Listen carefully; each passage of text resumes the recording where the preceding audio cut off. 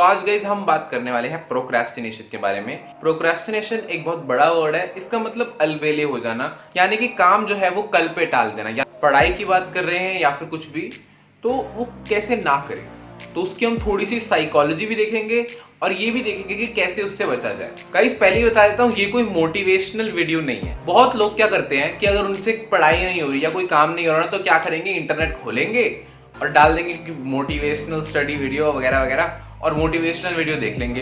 दोस्तों वो कोई बहुत अच्छा मेथड नहीं है, क्योंकि तुमने जब मोटिवेशनल वीडियो देखी तो उससे तुम्हारी बॉडी में बस एड्रेनलिन इंक्रीज होता है, जिससे मतलब तुम हो सकता है कि फॉर सम टाइम कुछ पीरियड के लिए तुम पढ़ाई करने लग जाओ या जो भी काम कर रहे हो तुम करने लग जाओ।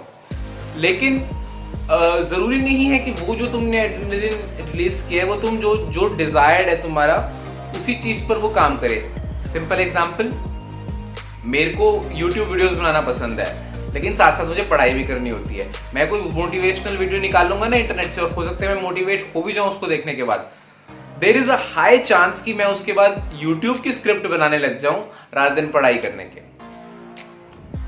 एंड ये सबके साथ होता है ये। और तुमने खुद भी शायद कई बार ये ऑब्जर्व किया होगा कि तुम मोटिवेशनल वीडियो भी देख रहे हो, मोटिवेशनल वीडियो देखने के बावजूद तुम्हें बहुत अच्छा लग रहा है, लेकिन तुम पढ़ाई नहीं कर पाओगे फिर भी, और कुछ और ही काम में तुम अपनी वो सारी मोटिवेशन यूज कर रहे हो। ऐसा कुछ कई बार हो जाता है। सो मोटिवेशन जो है ना वो किसी स्टिमुलेंट ड्रग की तरह है। तो अब हम देखते हैं कि जो पढ़ाई हमें करनी होती है, हमें देखो पढ़ाई हमने खुद डिसाइड किया है। मैंने खुद डिसाइड किया मैं MBBS कर रहा हूँ, या फिर कोई भी बंदा है उसने खुद डिसाइड किया है कि वो ये कोर्स कर रहा है, उसे ये या फिर ये काम कर रहा है। डिसाइड हमने किया है, मालिक हम हैं। लेकिन अब काम क्यों नहीं हो रहा? हर थोड़ी देर बाद ब्रेक लेने का मन कर रहा है, दुनिया में क्या चल रहा है वो याद आ रहा है, नहीं तो सुट्टा ब्रेक लेने का मन करेगा। ऐसा क्यों? थोड़ा ह्यूमन बिहेवियर के डेप्थ में जाके देखते हैं। अगर तुम कभी बिहेवियरल साइंसेस अच्छे से पढ़ोगे या फिर साइकोलॉजी पढ़ोगे अच्छे से, तो तुम्हें पता चलेगा कि जो हमारे जो कॉग्निटिव एस्पेक्ट है ना, उसमें हमारी कॉन्शियसनेस से भी डीप पावरफुल चीजें हैं, जैसे सबकॉन्शियसनेस, अनकॉन्शियसनेस। तो ये सब फोर्सेस है कुछ, वो हमारी कॉन्शियसनेस को भी कंट्रोल करने की कोशिश करती है। जिसको एक सिंपल एग्जांपल से समझने की कोशिश करते हैं। गाइस हम सब सोते हैं, ऑफ कोर्स। अब सोते वक्त सपने आते हैं ना, सपने में अगर मेरे को सपना आ रहा है तो मैं उसका ऑब्जर्वर हूं ना, मैं देख रहा हूं ना क्या क्या हो रहा है, लेकिन वो सपना बनाया किसने, वो भी मैंने ही बनाया है। तो ये कैसा टाइम वेस्ट है? मेरे अंदर से जो कॉन्शियसनेस के अलावा जो बहुत पावरफुल फोर्सेस हैं वो क्रिएट कर रही हैं वो ड्रीम वगैरह, एंड मेरी कॉन्शियसनेस एक ऑब्जर्वर है उस चीज का। यानी कि कॉग्निटिव लेवल पर बहुत सारी और पावरफुल फोर्सेस भी हैं। सो अगर तुमने डिसाइड किया है कि आज तो पढ़ना है, आज तो ये चैप्टर करना ही करना है, लेकिन फिर भी नहीं हो पा रहा, इसका मतलब कि ये जो अंदर की फोर्सेस है ना, ये भी हो सकता है काम कर रही हो, और काफी टाइम पर यही हो रही है। यही फोर्सेस है जो तुम्हें कहती है कि नो बेटा पढ़ाई नहीं, सुट्टा। ओके यार, ये बहुत तरीके की चीजें होती है और तुम्हें साइकोलॉजी में बहुत कुछ देखने को मिलेगा, लेकिन जिनकी मैं बात करने वाला हूं आज वो है डिफेंस मैकेनिज्म्स। बहुत तरीके के डिफेंस मैकेनिज्म्स होते हैं। It can be normal projection हो सकता है, या डिस्प्लेसमेंट हो सकता है, या फिर कुछ अच्छे होते हैं जैसे रैशनलाइजेशन होता है, या फिर रिएक्शन फॉर्मेशन है। ये सब डिफेंस मैकेनिज्म है। ये कब आते हैं? जब कोई कॉन्फ्लिक्ट चल रहा है हमारे ब्रेन में। कॉन्फ्लिक्ट कैसे जनरेट होगा? कि पढ़ाई करनी है लेकिन रिजल्ट नहीं आए तो एक कॉन्फ्लिक्ट जनरेट होगा कि पढ़े ना पढ़े। ये कॉन्शियसनेस से थोड़ा दूर ये हो रहा है कॉन्फ्लिक्ट जनरेट। तो सिर्फ तुम डिफेंसेस ही ऑब्जर्व कर पा रहे हो, बाकी जो कुछ तुम्हारे अंदर हो रहा है वो ऑब्जर्व नहीं कर रहे। मान लो तुम्हें कोई चोट लगी और तुमने प्रोटीन खाया। अब प्रोटीन तुमने खाया और वो चोट जब हुई तो घाव भरने के लिए वहां तक प्रोटीन गया।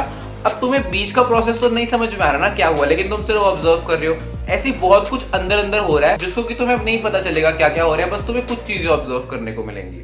अब ये तो सिर्फ था प्रोक्रेस्टिनेशन हम क्यों करते हैं। तो बेसिकली हमें कॉन्फ्लिक्ट जनरेट नहीं करना, लेकिन 99% ऑफ टाइम्स कॉन्फ्लिक्ट जनरेट होंगे, और कॉन्फ्लिक्ट जनरेट होगा तो उसका डिफेंस मैकेनिज्म भी जनरेट होगा। अब कई तरीके के हो सकते हैं। किसी चीज को रैशनली सोचना, रैशनल थिंकिंग, यानी कि आसान भाषा में बताऊं तो अभी समझ लो जैसे रीजंस के साथ अच्छे से सोचना, ये भी एक तरीके का डिफेंस मैकेनिज्म है। यानी कि डिफेंस मैकेनिज्म जिन अनजान शक्तियों के बारे में मैं बात कर रहा हूं, आपको रैशनलाइजेशन जैसे डिफेंस मैकेनिज्म दे सकती है, लेकिन दे रही है वो सुट्टा ब्रेक। बेसिकली गाइस जो डिफेंस मैकेनिज्म है ना, वो भी थोड़ा एक्सटर्नल फैक्टर पे डिपेंड करता है। यहाँ पर जो बहुत ही इंपॉर्टेंट फैक्टर है वो है तुम्हारा डेडलाइन। अगर तुम्हारी डेडलाइन दूर है तो जो डिफेंस मैकेनिज्म होंगे वो थोड़े से इमेच्योर होंगे।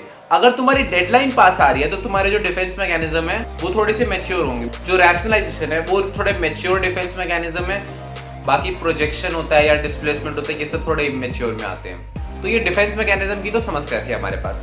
अब हमें चाहिए समस्या का समाधान। अब डेडलाइन ही दूर है तो कैसे पढ़ाई करेंगे? तो कई टेक्निक्स होती है, मैं तुम्हें एक बहुत अच्छी टेक्निक बताता हूँ। तो तुम्हें क्या करना है, छोटी छोटी जो है ना वो डेडलाइंस क्रिएट करनी है। अब तुम्हें क्या करना है कि जो डेडलाइन है वो इतनी स्ट्रांग हो कि वो इमेच्योर डिफेंस मैकेनिज्म के बजाय कि एक मैच्योर डिफेंस मैकेनिज्म को एक्टिवेट करे। उसके लिए क्या करोगे? उसका एक सिंपल तरीका है कि तुम्हें जो डेडलाइन है ना उसके साथ एक रिवॉर्ड एसोसिएट करना पड़ेगा। तो अगर डेडलाइन पूरी हुई तो चिज्जी मिलेगी, दैट्स फाइन। उसके बावजूद जब तुम ये फॉलो करने की कोशिश करोगे ना, 2 हफ्ते, 3 हफ्ते, 4 हफ्ते, 5 हफ्ते, दैट्स इट, उससे ज्यादा नहीं होने वाला, लेट मी टेल यू। तो इसका भी सॉल्यूशन है हमारे पास। तुमने कभी कसिनो गए हो? वैसे तो मोस्टली बच्चे मेरी वीडियो देखते तो कहाँ ही गए होंगे ये लोग। कसिनो में यार बहुत सारी मशीन होती है, एक स्लॉट वाली मशीन होती है जिसमें कि तुम उसको स्लॉट दबाओगे तो फिर तुम उसमें सिक्का डालोगे तो फिर पता नहीं कुछ घूमता है, फिर अगर पैटर्न बनेगा तो तुम्हें कॉइन्स मिलेंगे। तो बेसिकली वो क्या होता है, उसमें ना कुछ कॉइन्स ने, देखो उसमें कुछ पैटर्न्स बने होते हैं, लेकिन वो जो पैटर्न्स आ रहे होते हैं ना वो रैंडमली आ रहे होंगे। हो सकता है अगले 2 अटेम्प्ट्स में आ जाए या हो सकता है अगले 20 अटेम्प्ट के बाद आए, तो एकदम रैंडम नंबर आता है। तो क्योंकि ये रैंडम नंबर है तो ये ह्यूमन साइकोलॉजी जो है वो इसको स्टडी करके बनाया गया है। तो इससे क्या होता है कि तुम ज्यादा देर तक उन स्लॉट मशीन्स पे रहते हो। तो हमें इसी टेक्निक को यूज कर अपनी डेडलाइन सेट करनी है। कैसे? डेडलाइन जो है वो रैंडम सेलेक्ट करनी है। हो सकता है अगले 2 दिन बाद आ जाए, हो सकता है अगले 4 दिन बाद आए, हो सकता है अगले 20 दिन बाद आए। उससे तुम्हें हो सकता है ब्रेक भी मिल जाए कई बारी। तो अगर कोई और पर्सन है तुम्हारे लिए डेडलाइन डिसाइड करने वाला, फिर तो बहुत ही बढ़िया, वरना खुद से चेट निकाल के डिसाइड कर लो यार। तो ये होते तरीके अपनी प्रोक्रेस्टिनेशन को बंद करने के। अगर तुम्हें आदत है प्रोक्रेस्टिनेट करने की, अगर है हर चीज को टालने की, तो ये इतनी कोई खराब आदत नहीं है। बहुत लोग टालते हैं, मैं भी बहुत बड़ा प्रोक्रेस्टिनेशन हूँ। क्या क्या प्रोक्रेस्टिनेट किया मैंने। मुझे इस वीडियो की स्क्रिप्ट बनानी थी, मैंने नहीं बताई अभी तक, और मैं वीडियो बनाने पे आ गया। मैंने कल ये पूरी रिसर्च करी है इसकी। तो अब तुम अगर सोचोगे तो कि प्रोक्रेस्टिनेशन के साथ नहीं जीना और ये बहुत बड़ी प्रॉब्लम है, तो तुम्हें नुकसान होगा। तो बेटर कि तुम इसके साथ जीना सीख लो, अपने डिफेंस मैकेनिज्म इस तरीके से मैनेज करना सीखो। गाइस बताना जरूर कैसी लगी ये वीडियो, और अच्छी लगी तो like, subscribe, share and comment करना, और अगर नहीं अच्छी लगी तो भी करना, नहीं अच्छी लगी तो कमेंट में इंप्रूवमेंट बता देना। मिलते हैं नेक्स्ट वीडियो में।